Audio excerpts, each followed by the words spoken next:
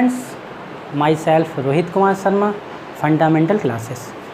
आज बेटा हम क्लास स्टार्ट करते हैं क्लास 10th। क्लास 10th में हम स्टार्ट करते हैं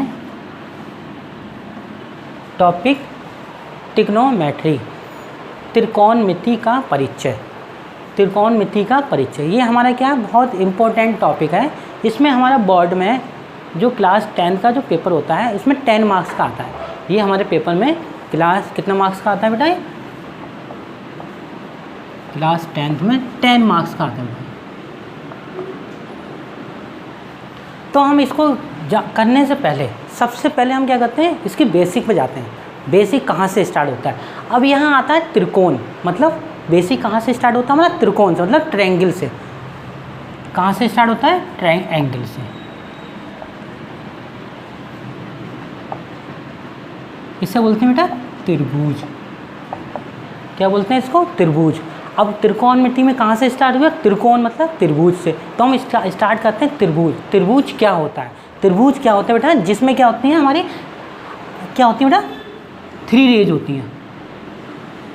क्या होती है? 3 रेज होती है। अभी हमने यहाँ सिंपल क्या ले लिया बेटा? ये हमने राइट एंगल लिया है। ये क्या हमारा राइट एंगल। राइट एंगल में क्या होता है? एक एंगल हमारा क्या होता है? 90 डिग्री होता है। एक एंगल हमारा होता है 90 डिग्री। इसमें ए बी सी ये होता है राइट एंगल। तो हमें नॉर्मली क्या करना है, त्रिकोणमिति में राइट एंगल का ही हमें यूज़ करना है और कोई ट्रायंगल हमें यूज़ नहीं करना। वैसे ट्रायंगल हमारे पास क्या होता है? स्केलिन होता है और सेक्लिन होता है और आइसोस्केलिन और इक्विलैटरल होता है बेटा। तो हमें क्या लेना? राइट एंगल लेना है। सम त्रिभुज क्या लेना था? सम त्रिभुज लेना है। सम त्रिभुज लेना, जिसमें क्या होता है? एक एंगल हमारा 90 डिग्री होता है। अब इसमें हमने ले लिया। अब इसके लेने के लिए बेटा हमें क्या चीज़ लेना बेटा? अब ये देखना है कि हमें क्या करना है बेटा, ये राइट एंगल कैसे निकालते हैं। हमें राइट एंगल कैसे निकालते हैं? राइट एंगल निकालने के लिए हमारे पास एक फॉर्मूला होता है a + b > c। कोई भी हम अगर ट्रायंगल पहचानेंगे कि 90 है राइट एंगल है या नहीं है, ये कैसे पहचानेंगे? तो इसको पहचानने के लिए हमें क्या करना है, दो जो हमारे पास भुजाएं होती हैं। अब देखिए बेटा, b के सामने b होती है बेटा, a के सामने a होती है बेटा, c के सामने c होती है। अब इसमें क्या करना है कि हमें पहचानना है कि राइट एंगल है या नहीं है। तो राइट एंगल पहचानने के लिए हमें एक नॉर्मल फॉर्मूला याद करना है आपको कि a + b > होता है c। मतलब दो साइडों का सम हमेशा क्या होता है? बढ़ती सी साइड से बड़ा होना चाहिए। क्या होना चाहिए? बड़ा। जैसे हमारे पास क्या है बेटा? 3 4 5। तो ये बताना है कि राइट एंगल होगा या नहीं होगा। अब देखो बेटा, इसमें बड़ी साइड कौन सी बेटा? ये हो गई 5। अब इन दोनों का सम तो 3 + 4। अब देखिए बेटा, ये हो गया 5। अब इसका देखिए कितना है? 7 आया। ये कितना है हमारा? 5 आया। अब नॉर्मल हम कह सकते हैं ये 7 बड़ा है। और जहाँ ये 7 बड़ा हो गया हम कह सकते हैं बेटा ये राइट एंगल है। तो ये हमारी पहली कंडीशन क्या होगी बेटा? ये सम त्रिभुज हो गया बेटा। क्या हो गया? सम त्रिभुज। अगर ये ऐसा होगा बेटा तभी हम कर सकते हैं ये क्या है? सम त्रिभुज। अब हमारा नॉर्मल हमने आपके लिए बेटा त्रिभुज के बारे में बता दिया। अब त्रिभुज के बारे में होने के बाद अब निकालते हैं हम बेटा क्या, इसके बाद स्टार्ट करते हैं बेटा पाइथागोरस। अब स्टार्ट करते हैं बेटा पाइथागोरस। पाइथागोरस आपने पढ़ा भी होगा बेटा। पाइथागोरस, पाइथागोरस प्रमेय क्या होती है बेटा? पाइथागोरस प्रमेय। अब देखिए बेटा, त्रिकोणमिति में त्रिभुज पढ़ लिया, त्रिभुज के बारे में पढ़ लिया। कहीं कहीं क्या होता है बेटा, हमें दो साइडें दी होती हैं। मान लीजिए ये दिया है 5, तो ये दिए बेटा हमारे पास 3 दी है मान लीजिए। और बेटा ये वैल्यू हमें नहीं पता है क्या होगी। अगर जब तक हमें ये कोई भी त्रिभुज में तीनों साइडें नहीं पता होगी तब तक हम बेटा क्या कहते हैं? वैल्यू नहीं निकाल सकते, किसी की भी रेशियो की वैल्यू नहीं निकाल सकते। तो रेशियो क्या होता है वो हम आगे बताएंगे बेटा। अब देखिए इसमें यूज़ करेंगे बेटा पाइथागोरस। पाइथागोरस निकालने की ये बड़ी वाली साइड होती है बेटा, उसे बोलते हैं कर्ण। कर्ण क्यों बोलते हैं इंग्लिश में बेटा? हाइपोटेनस। इसके सामने होती है बेटा लंब, इसको बोलते हैं बेटा परपेंडिकुलर। और जो बेटा नीचे रह जाती है, अब बेस है। अब किसी का भी बेस, अपना घर का बेस ले लो, नीचे से स्टार्ट करते हैं तो हमें जानने की क्या हो बेटा, ये बेस क्या होता है? आधार। क्या होती है बेटा? आधार। तो हम सिंपल बेटा क्या लगाएंगे पाइथागोरस में, इसका जो बड़ी साइड होती है इन दोनों साइडों के सम के स्क्वायर के इक्वल होती है बेटा। तो लगा सकते हैं हम कि कर्ण का स्क्वायर = बेटा लंब का स्क्वायर प्लस बेटा आधार का स्क्वायर। अब बेटा देखो हमारा लंब कितना दिया? मान लीजिए 5 दिया है, तो ये 5 का स्क्वायर हो जाएगा। और बेटा अगर 3 किया तो 3 का स्क्वायर हो जाएगा। ये बेटा होता है 5 का 25 होता है, 3 का बेटा 9 होता है। ये हमारा बेटा कितना आ जाएगा, आप जो ऐड कर लेंगे बेटा ये हमारा 34 आ जाएगा मान लीजिए बेटा। तो यहाँ से हमारा ये कितना निकल आया मान लीजिए बेटा, कर्ण हमारा क्या है बेटा, AC है, तो AC स्क्वायर बेटा आ जाएगा √34। ये हमारी वैल्यू हो जाएगी √34। अब ये बेटा इससे हमने वैल्यू निकाल दी, अब हमारे तीनों वैल्यू निकल आई। अब ये तीनों वैल्यू निकाल दी, अब बेटा हम रेशियो निकालेंगे बेटा। रेशियो निकालने के लिए हमें क्या करना है बेटा, अब रेशियो आया बेटा, अब क्या है बेटा, रेशियो। अब ट्रिग्नोमेट्री का मतलब यही होता है बेटा, हमें क्या करना है, रेशियो की वैल्यू निकालना। अब हमारे पास रेशियो बेटा होते हैं टोटल 6 रेशियो होते हैं बेटा हमारा। पहला रेशियो होता है बेटा हमारे पास साइन, दूसरा होता है बेटा कॉस, तीसरा है बेटा टैन, फिर है बेटा कॉट, फिर है बेटा सेक, फिर है बेटा कॉसिक।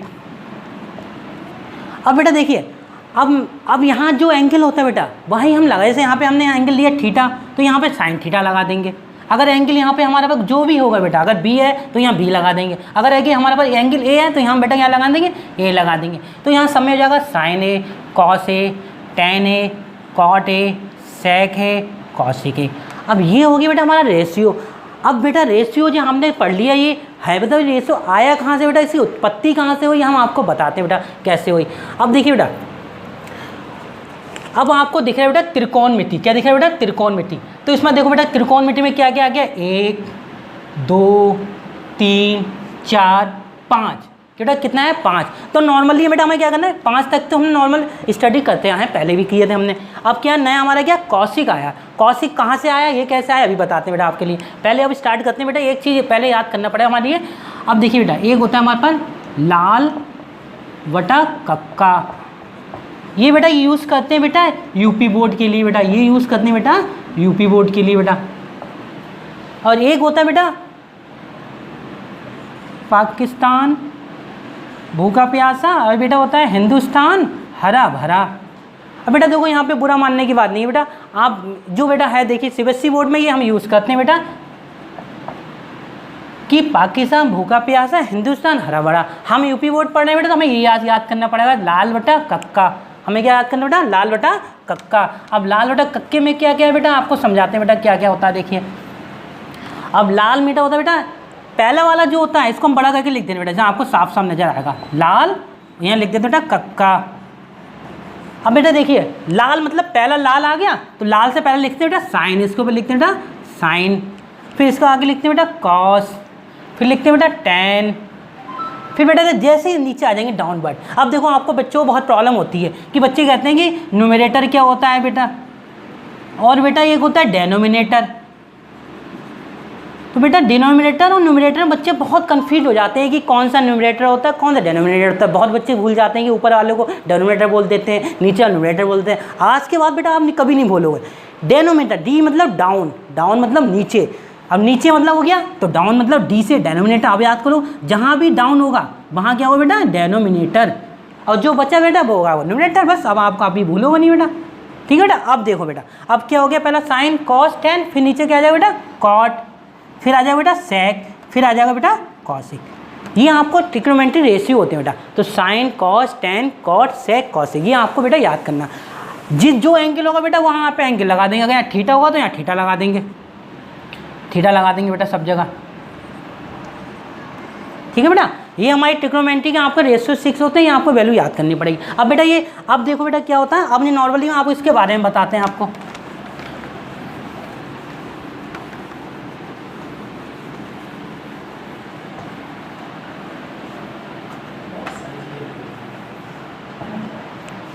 अब देखो बेटा, अब देख लीजिए नॉर्मल वैल्यू हमने बेटा यहाँ ले ली, यहाँ बेटा हमने 4 ले लिया, ठीक है बेटा, ये हमने 5 ले लिया।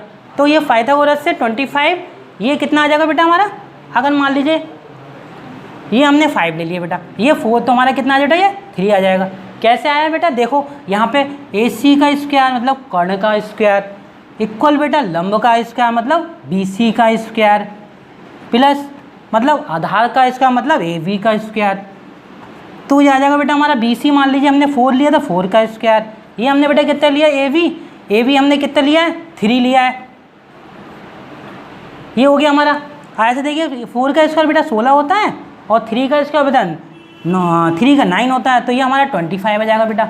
अब देखो बेटा यहाँ से AC कितना आ गया हमारा √25, ये वैल्यू 5 होती है, तो हमारा ये बेटा यहाँ से क्या निकाला है, कर्ण निकल आया। इसे बोलेंगे बेटा कर्ण, इसे बोलेंगे बेटा लंब, इसे बोलेंगे बेटा आधार। अब देखो बेटा, अब हमें निकालना है रेशियो साइन थीटा दी है, मान लीजिए वैल्यू हमारी क्या दी है, थीटा, तो साइन थीटा की वैल्यू निकालना है। अब भैया आपको मैंने समझाया था, क्या समझाया था कि लाल बटा कक्का बताया था, भैया आपको मैंने लाल बटा कक्का बताया था। अब लाल बटा कक्के में मैंने आपको बताया था कि पहला साइन होता है, दूसरा कॉस होता है, तीसरा टैन होता है, लास्ट में कॉट होता है, फिर सेक होता है, फिर कॉसिक होता है। अब हमारे पास साइन थीटा है, मान लीजिए साइन थीटा की वैल्यू निकालनी है, तो साइन थीटा क्या हो जाए बेटा, पहला लाल बटा क्या होता है, लाल बटा कक्का, लंब बटे कर्ण क्या होता है बेटा, लंब बटे कर्ण क्या हो जाएगा, लंब बटे कर्ण। तो बेटा समझ में आ गया, एल से क्या हो गया लंब, के से हो गया कर्ण, ठीक है बेटा। ऐसी ए से आधार हो गया, के से कर्ण हो गया, एल से लंब हो गया, ए से आधार हो गया। अब देखो जो लंब होती है बेटा, जो एंगल होता है उसके सामने वाली लंब होती है, और जो लंब के सामने बड़ी वाली होती है वो कर्ण होती है, जो बचती है बेटा वो आधार होती है हमारे पास। अब देखो बेटा क्या लंब कितना दिया हमारे पास 4, यहाँ 4 लगा दिया, और कर्ण कितना दिया 5, तो हमारा आंसर क्या हो गया बेटा, साइन थीटा की वैल्यू कितनी निकल आई 4/5। अब आपके पास जो भी रेशियो हैं, क्या क्या रेशियो हैं, कॉस है आपके पास, कॉस थीटा, तो कॉस थीटा क्या होता है बेटा, देखिए आधार बटे कर्ण, तो लिख देंगे बेटा आधार बटे कर्ण।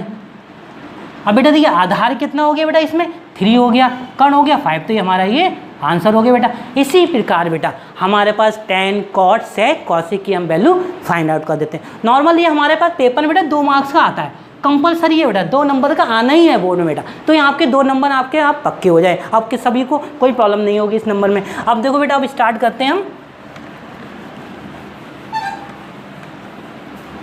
अब हमारे पास बेटा जो होगा ना, हाँ रेशियो की वैल्यू दी होती है बेटा, जैसे साइन थीटा दिया हमारे पास कुछ, कॉस थीटा कुछ, टैन थीटा कुछ,